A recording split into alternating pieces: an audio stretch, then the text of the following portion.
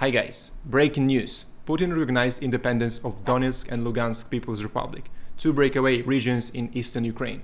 Media is going crazy, the world order got changed and the Third World War is about to come. All the Western government condemned Russia and calling it to stop that outrageous violation of international law. But wait a minute, you promised us a full-scale war with Ukraine and 200,000 troops and bombardments of Kiev. The war should have started on February 15th, then February 16th, 20th, and nothing happened.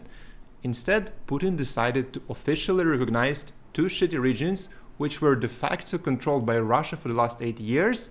Does this change anything in the real world? If this is the end of that ugly Putin's drama which we have seen for the last 3 months, that's a very nice and mild outcome. In this video, let's examine the events of the last few days and see if this is the real end or Putin has something nasty to come. Every day separatists tell us the story that Ukrainian army decided to attack their little peaceful regions, and as a proof of that they showed some shells in the middle of an empty field. Also a couple of empty cars were blown in the parking lots, and obviously Ukrainian special forces were to blame. Russian propaganda even found a Ukrainian armored vehicle crossing the Russian border, but all the Ukrainian soldiers decided to run away for some unclear reason. Finally, a full civilian evacuation was announced in breakaway regions to make a nice picture on Russian TV. But somehow kids were still playing on the street of Donetsk after that. And no one died on the separatist side somehow, and they can't even show any captured Ukrainian soldiers. Basically, this was an ugly Bollywood-style false flag operation. No one takes this propaganda seriously. Nonetheless, today, the Emperor Putin had a meeting with his court and asked members of his administration an opinion about the recognition of the breakaway republics. After a long and boring discussion for the propaganda TV, everyone agreed. Then he promised to make his final decision later today. And all the world was waiting really long for Putin to come, and finally, at 10 p.m. Moscow time, Putin did an extremely boring and bellicose 1-hour speech, talking about historical revisionism, that Ukraine is a fake state made by the Soviet Union, and a bunch of Russian lands were transferred to Ukraine for absolutely no reason. Then a long story about NATO didn't keep up its promises, that Ukraine is basically one big NATO secret base, and that the West wants to kill Russian economy and impose sanctions anyway. At some point, it looked like he's about to announce the start of World War III. But then at the last minute, he said, okay, now I want to recognize Donetsk and Lugansk People's Republic. Bye. Then so-called live TV ended and Putin magically appeared in the room signing the actual decree with the heads of the separatist republics. The most important question was for Ukraine the actual borders of these newly recognized republics. And the good news are that they recognize them in their current de facto borders, meaning that the rest of Donetsk and Lugansk region controlled by Ukraine are not declared to be recaptured. Later, it was announced that Putin also authorized Russian regular forces to come to newly authorized republic to keep peace. And now I'm reading the official Russian propaganda news. They say that finally all the shelling in Donetsk and Lugansk ended, and it's fully quiet. These are very promising signs that Putin finally did what he wanted, and this is the end of the script.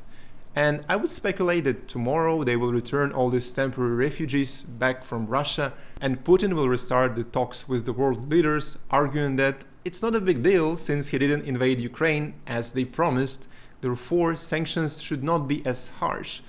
The West probably will agree under the condition if Putin sends most of these 150,000 troops away from the Ukrainian border. Joe Biden probably is still planning to get his Nobel Peace Prize and save the world, so I expect more and more publications about imminent invasion of Ukraine, and then final Putin-Biden summit, and Biden is a hero. The argument against my theory is that what are the benefits for Putin? For the last 8 years, he wanted Ukraine to follow Minsk Protocol, meaning that Ukraine must change her constitutions, give an extreme autonomy to these separatist regions, have an amnesty for all the war criminals, and take these regions back.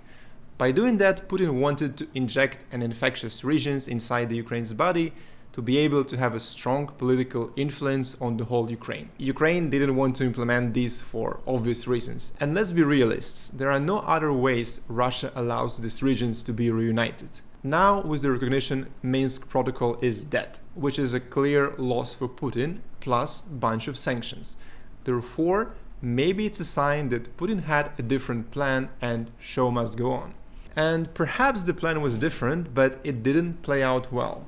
Putin realized that Minsk will never be implemented, so why not to officially recognize that Russian-speaking land? With the right propaganda, this will increase his approval rating.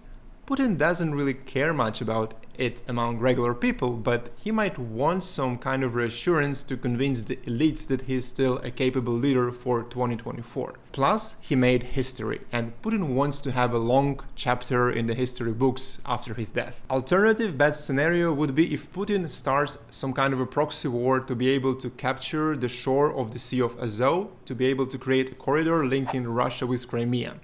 That was one of my versions in my previous video.